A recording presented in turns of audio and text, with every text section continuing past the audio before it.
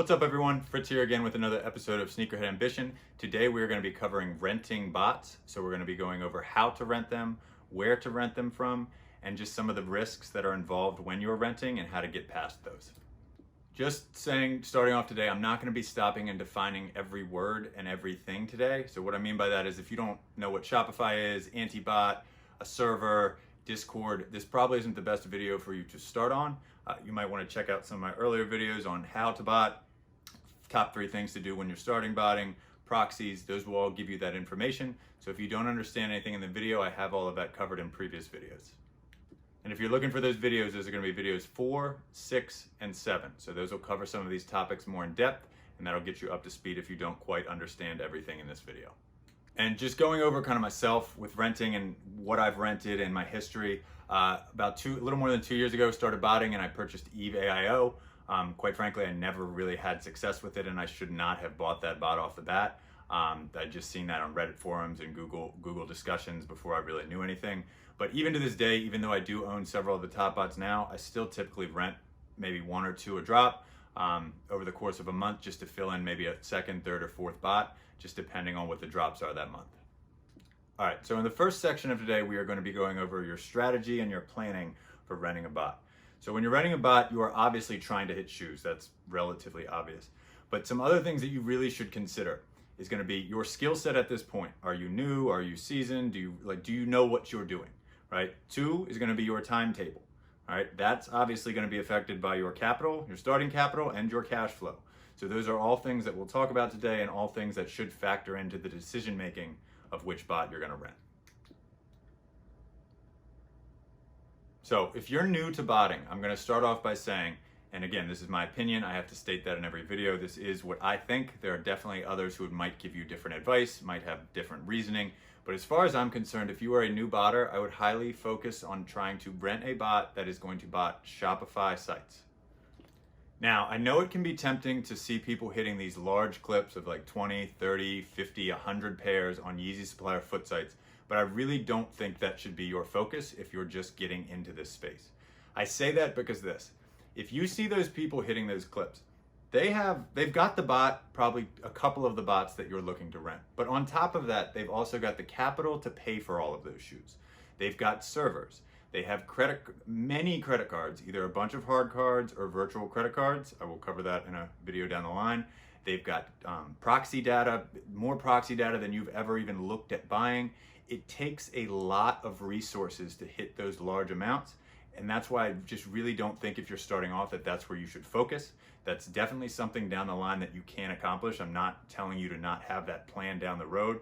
But if you start off and you really don't know what you're doing, you're going to have a much better chance on Shopify than you are on foot sites or Yeezy Supply when you're competing against people with those massive setups. This is why I strongly recommend that you start reselling before you get into botting. And what I mean is this. I think that you should get into a cook group and just work on cooking shoes manually and get an idea for how the space works, get an idea for what sells, what doesn't.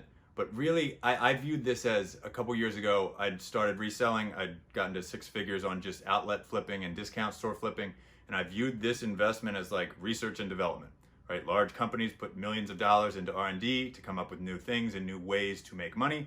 I viewed this as I can put my profits towards this. I can build this up over the coming years, and then I can add that to my outlets and my discount store flipping. So with all that being said, I don't want to make it sound like it's going to be really easy for you to bot Shopify. You're still going to struggle and it's still going to be difficult to get pairs. But just because of the nature of botting Shopify, which means that you can't really run that many tasks, right? You've got to solve captures, or they have an H capture where you have to draw a box like around a cat, right? That's been one recently. It isn't as easy to just volume out on these, right? So even if you're running 3 or 4 tasks, people that are doing really well aren't running thousands of them, so you are closer to that setup than you would be on Yeezy Supply or Foot Locker. So with all that being said, the 2 bots that I would highly recommend you rent for Shopify, and again, this is just Shopify. This is not AIO bots. There are plenty of other bots that bot Shopify, but I'm talking strictly Shopify. So again, those 2 bots that I would recommend would be Soul AIO or Balco. Now, my reasoning for this would be that you can get those for relatively cheap. You can get a month rental for either of those from around 100, maybe 150 bucks, and that doesn't set you back that far. In addition to that, you don't need hundreds of dollars worth of data on proxies to run for Shopify. So you really do have a realistic shot at making that couple hundred back if you just hit 2 or 3 pairs the entire month. Just revisiting this, I'm not saying that this is going to be easy. If you are renting a Shopify bot for the first time, you are going to struggle. But I repeat again, I think that struggle is much more surmountable and much more realistic than trying to jump in on foot sites and Yeezy Supply just because of how many resources it takes to run that many tasks. And you don't really know what you're doing, so it's probably not the best place to start. Now, if you're not a beginner and you do want to bot other sites because you're not starting off and you kind of know what you're doing, the 2 bots that I would recommend that both still hit Shopify but are AO bots and cover a lot of other sites would be Cyber and Wrath. Right now, Wrath is doing much better than Cyber. Cyber's working on pushing 5.0, but whenever that happens, they should be back towards the top. But these are bots that are going to cost you more. So they're going to cost, depending on the month, anywhere between $200 to $500. That price tag is higher, but it does give you the ability to hit Shopify, foot sites, and Yeezy Supply. And just finally touching again on proxies in a server, the good thing about, again, Shopify is going to be that you don't need a server, right? You're often going to do better if you just run on your home IP, so you don't need to worry about renting a server or creating a server. And also, like I mentioned, you don't need many gigabytes of data, right? For proxies, when you're running hundreds of tasks, you can eat through gigabytes relatively quickly. If you're just running 3 or 4 tasks on Shopify, you're not going to eat much data. So again, no server, very little proxy data is needed to bot Shopify successfully. All right, so with all that out of the way, now we're going to actually talk about how to rent a bot and where you should be looking to do so. So one of the first things I'll go over is the fact that not every sneaker bot can be rented out. So there are some bots where the developers don't mind that it's rented, they know that it's rented, and that's part of the bot, right? Some of the bots make it really easy. You can rent it within the bot and it just shows back up to you when it's done, right? That's some bots. Other bots do not allow their keys to be rented at all and will terminate your key if they find out that you've rented it. So just know that going in, that just because you see a bot or you see someone using a bot, that doesn't mean you can rent it. I will go over which bots can be rented and which can't, but just keep that in mind when you're making your plan. So getting the bots that you can't rent out of the way, that would be Prism, Trickle, Valor, Linear, Knight, and Whatbot.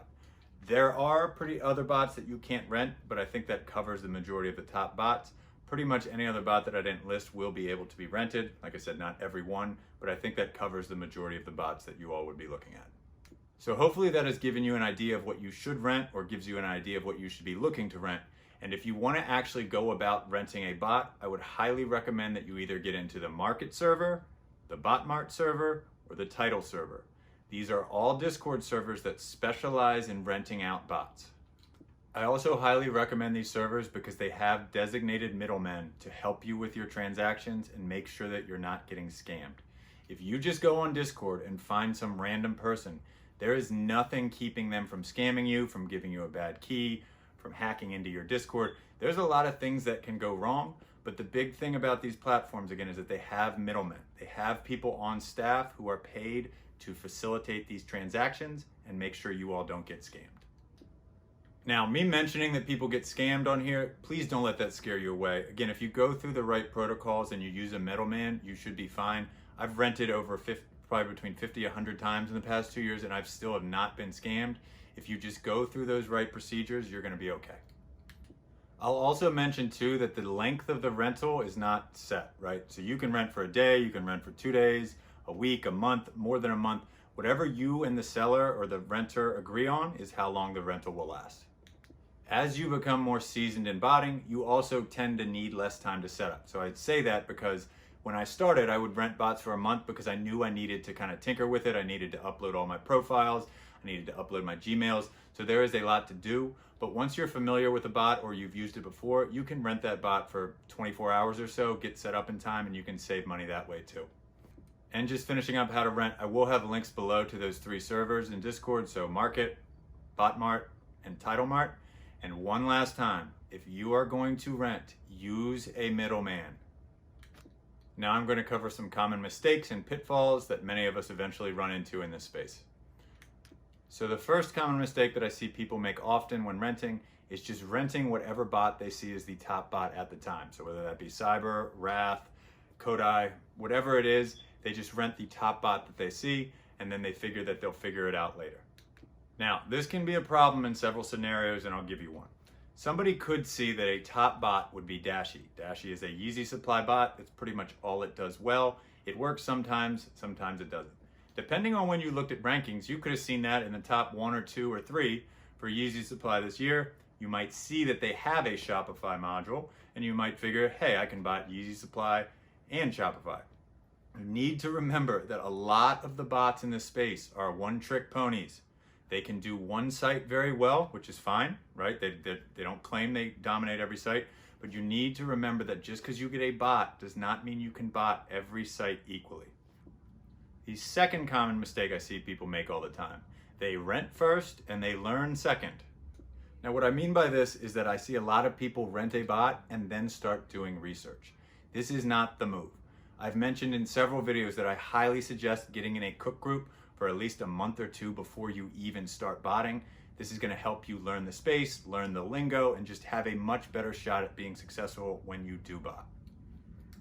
There are a lot of resources within those cook groups on YouTube and on this channel that, again, you can watch and you can learn and you can see how a bot functions before actually using it. That does not mean that it's going to make it easy when you start and that it's just going to be easy, press and play, but it is going to give you a better idea and a better fighting chance if you've seen how a bot looks, if you've watched live cops, if you've read all of the manuals.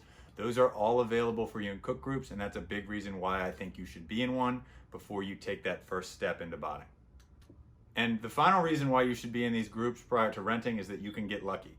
What I mean by that is this.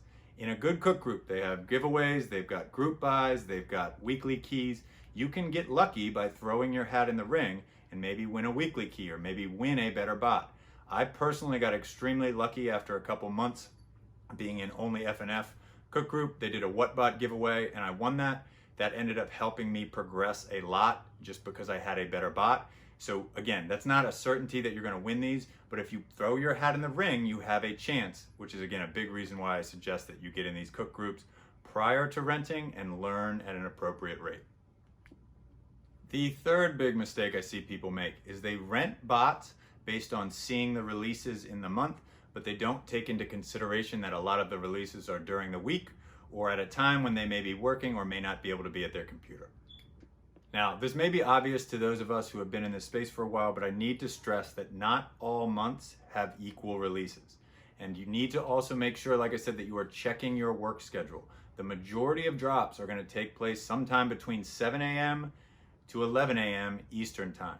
So if you work during the week and you don't work till noon, that's an outstanding match. If you work every morning from 6 a.m. to 3 p.m., some of those bots or some of those drops aren't really going to be practical for you. So you need to factor that in when you're looking at that monthly calendar and your availability. The fourth mistake I see people make all the time, they don't understand the Dunning-Kruger effect. So throwing a little science psychology in here, but basically be aware of the tendency for humans to overestimate how much they know early in the learning process, aka the Dunning-Kruger effect. All of this is just to say, please keep your expectations reasonable and don't get out over your skis. A lot of times I will see somebody have a little success and then rent 3 bots for the next round and give that a go. I can tell you from personal experience that the leap from running a couple tasks to 1,000 tasks to running 2 bots with thousands of tasks to 3 is very different. It might seem to someone after they've had a little success on Shopify that, hey, I can handle more. You need to scale in appropriately and just make sure that you know what you know and are aware of all that you don't know. Again, with me going over this, I'm not telling you all not to try and that it's not possible because you're dumb. That's not what I'm saying with this. I'm stating that this is a very complicated skill that is going to take you time to scale up, right? You don't jump from playing rec basketball to playing on the varsity team. You take your steps and you are forced to take those steps. In this space, sometimes people have that little success and then they spend thousands of dollars renting and they come up with nothing. This also does not mean that just because you have been botting that you are good to go forever. I cannot tell you how much turnover and change there is within bots, within sites anti-bot, within Gmail rankings. There is a lot of turnover. So if you are not constantly looking to learn and improve your understanding of the space, you're going to fall behind rather quickly. And the fifth common mistake I see people make: they think botting the Nike sneakers app is going to go well. While there are many people who do bot Nike sneakers successfully, if you are just starting off or even relatively new, I would strongly suggest you do not put your resources into a sneakers bot or botting sneakers. Now, why do I say this? I say this because when you are botting sneakers, the bot itself does not have any bypasses, and it's not going to give you a significant advantage on a per profile basis, right? So on sneakers, you have an account. All you can really do on sneakers with a sneakers bot is drive up the volume as high as you can get it. From my perspective, I know that I would much rather bot Shopify, Yeezy Supply, or Foot sites. The bots that I use or that do well on those sites are going to give you a significant advantage. They're going to have a bypass, they're going to push through orders. They're going to do something that, again, gives you a clear-cut advantage over somebody who just brings up their screen and is waiting for the queue to go through. Another big factor that goes into this is the accounts. So we mentioned that you need an account to bot Nike sneakers or to even get an entry into sneakers. Those accounts are not easy to make, as you need a phone number. So I'm sure you could generate 10, 20 of them, but that is not volume. We need like 200, 300, people have thousands. That is the volume that I'm talking about. So when you're thinking about this, A, you would need the accounts, but B, you're gonna need to purchase accounts to really get any meaningful volume. So that can get really pricey, and Nike does reset their accounts often, which means that those accounts could just get wiped out and you would have to repurchase them. So again, there is a lot going on with Nike sneakers bots just because they do such a good job of shutting down botting. To this day, I still have not really gotten into sneakers botting. I do have 10 or 20 accounts that are just based off my family and friends' phone numbers, so I do get a good amount of entries in, but I don't focus on it just because I feel like it's not the best use of my resources. I would much rather put those to Foot sites, Yeezy Supply, or Shopify. So closing things out, I hope this video provided you all with information and a framework to filter your renting decisions through, so hopefully that you get the most bang for your buck. As always, let me know in the comments below if you liked my video or wanted to hear information that you didn't get today. I'm always checking there to see what y'all need. But other than that, just check back later this week. I'm trying to stick to 2 videos a week, so hopefully I get that done. Other than that, I'll see y'all next time.